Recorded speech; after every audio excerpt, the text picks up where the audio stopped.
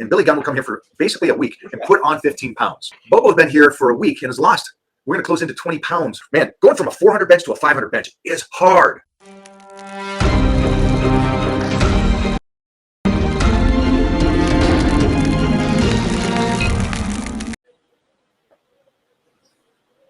I do like the little bit of the spray tan going on here. Nice.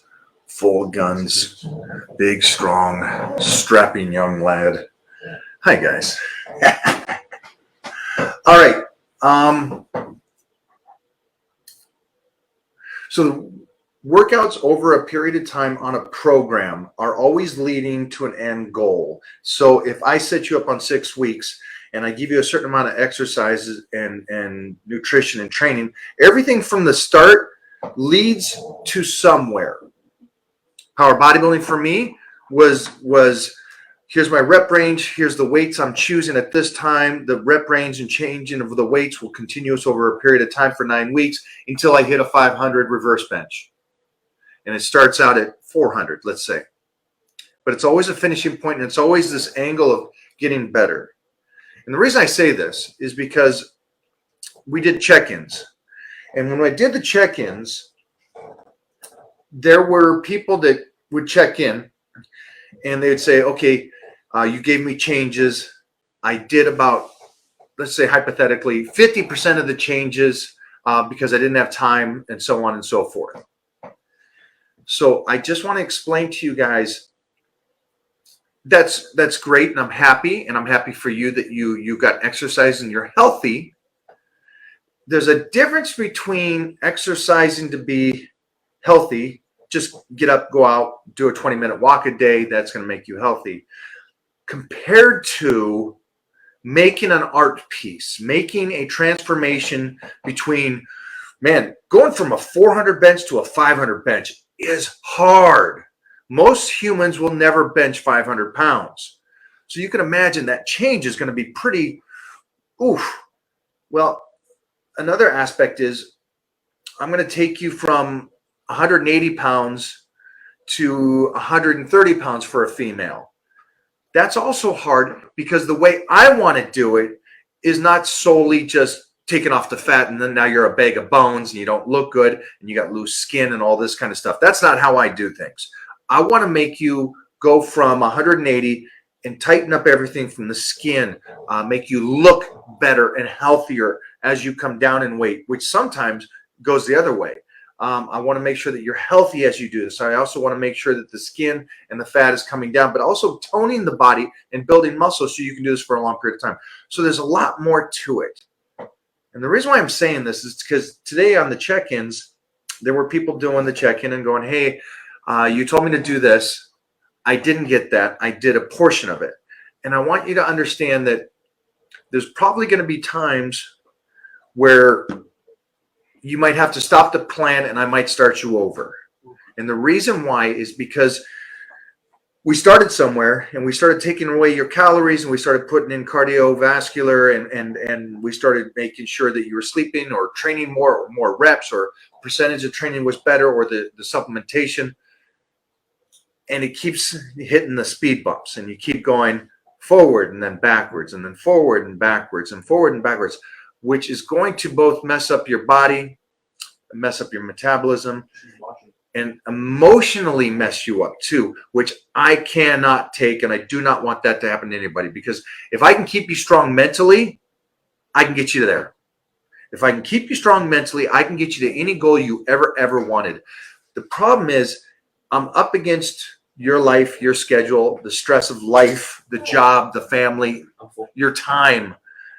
And so if you're sitting there and you're going, hey, Mike, you're going to lead me to this promised land, and we keep getting these speed bumps, you're going to doubt me. And what's worse is there's nobody that does this better than I do, not in the entire world. And if I mess it up with you and I lose you mentally, that sucks for me, because I really want everybody in the Titan crew to be the very freaking best they possibly can. And so I don't want one stray person out of there. And so we did that on a couple of people. We said, stop. You're not going through the process correctly. We're going to stop and we're going to restart. Okay. And that's for a lot of people. And we got somebody right now that's going to do his check-in with us that this happened. So let's bring on this little Kit Kat right here. Yeah. Boom, boom. Bobo, have we had starts and stops? Yes. Have we had mess ups? Oh, yes. Okay. And you understand what I was kind of just explaining to them? Yeah, it's in your mind, you have what you think you're doing correctly, and it may feel right to you what you're doing, but when you're doing your check-ins, and Mike he's been doing this forever, so he can see what you're doing wrong without even a word coming from your mouth. So, and I'm walking around here in the house, and I'm actually speaking to him about what I'm doing wrong, and I get called out what I'm thinking I'm doing right, because my mental state right now is just push through, just keep pushing through, just keep pushing through. and I was messing up anyway. Could put myself in a situation where I would start negating some of my gains.